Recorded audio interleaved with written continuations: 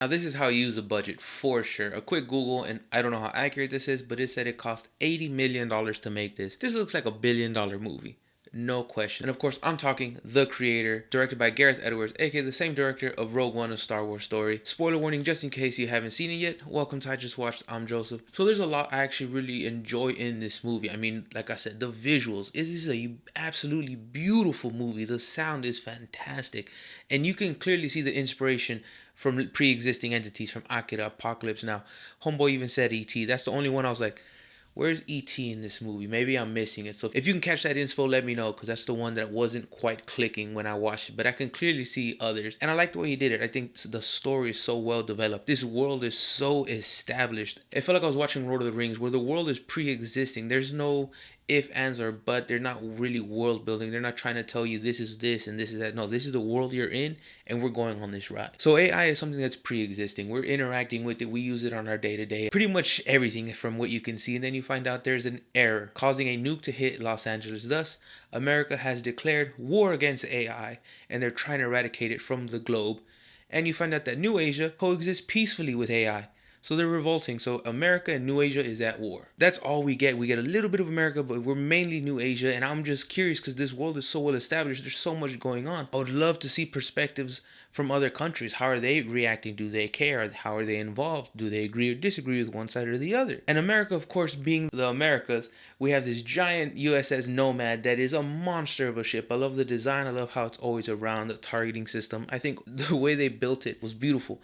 It is 100% a monster of a machine. And it's funny because they're revolting, or they hate, they're eradicating, they're super against AI. But when we get to the ship, you see two things mainly. You see this huge crop that is being harvested. So I'm curious to what that is. Why is it specifically there? Does that mean anything, or am I just reading too much into it? But the next one, a biggie, and without question important, they have a whole AI research lab. If they're trying to eradicate it, why do they have it? And then more so, why is it filled with a bunch of Sims that look like Maya? AKA Nirmata or Niramata. That's how I say it. I don't think I'm saying it right. They said it Nirmata in the movie, but like my Spanish self is like Niramata.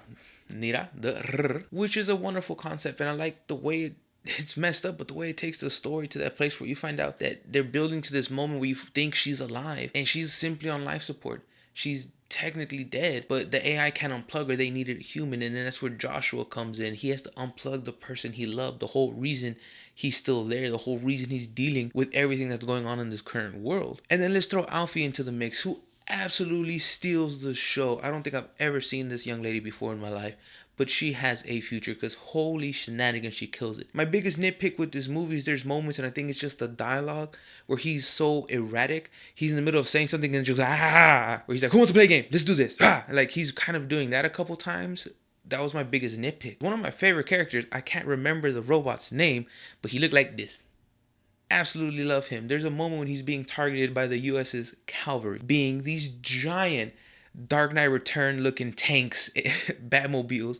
They're ridiculous. I would like to see the plane or ships that brought them over, because hot damn, they're monstrous. And there's like 3 or 4 of them. But the targeting system, once it locks on, you're dunsies, and he's running, trying to get into a building to try to, have the building take the damage, not himself. But he sees these kids who he knows and cares for. So he basically is like, it's all right, and runs back the other way, and you see him just get obliterated, and it hurt my heart. I say that because the characters in this movie aren't just the humans. The robots themselves have genuine emotion. And it almost feels like Star Wars, where you get those characteristics and that quirkiness, because even the trash compactors, the kamikaze robots, for one, I love them. You get them on screen for maybe a total of 5 minutes, and they're super memorable. There's these little characteristics where they're kind of looking at each other. They don't want to be activated. Their one job is to run over there and blow up. They don't want that. So she activates, I think it was G14, and you have that moment when he's running. You just see him do, do, do, like the sound, the weight, the power behind it was tremendous. And then you see when he gets there, he just did it.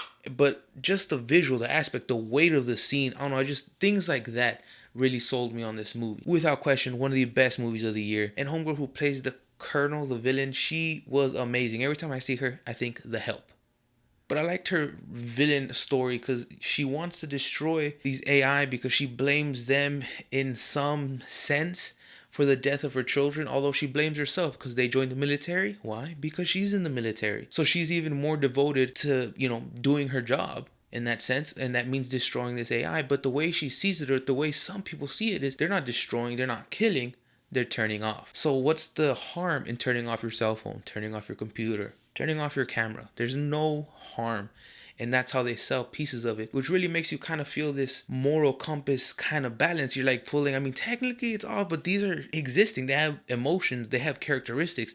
So it's like if my camera was like, hey, yo, what's up, Joseph? We're going to record today. It'll be a little bit different. And then the religious aspect of it. Of course, Alfie is your robot Jesus, without question. Joshua is basically Joseph. And Maya, in this sense, is the mother. But Niramata would be God. For you see temples that have statues of robots. It's been existing for years and years and years. But you even see some robots who are monks. So I could definitely see if there's a sequel, which this movie ends on that point where it could just be done forever. And it's a great ending. But it also ends with just enough development, enough pieces still laid out to where there's room for a sequel. And I say that because I wouldn't be surprised if we do get a sequel and you find out, as we were explained by Haran, that the nuke hitting LA was a human error. And I wouldn't be surprised that you find that the person who let that happen is some super over the top religious being, you know, your Bible thumper who's like, oh no, we can't be playing God, creating this life, these, da da da da, going down that whole spiel. How can I get the world, or how can I get people behind me and rally to destroy this, to eradicate these ungodly creatures? Mass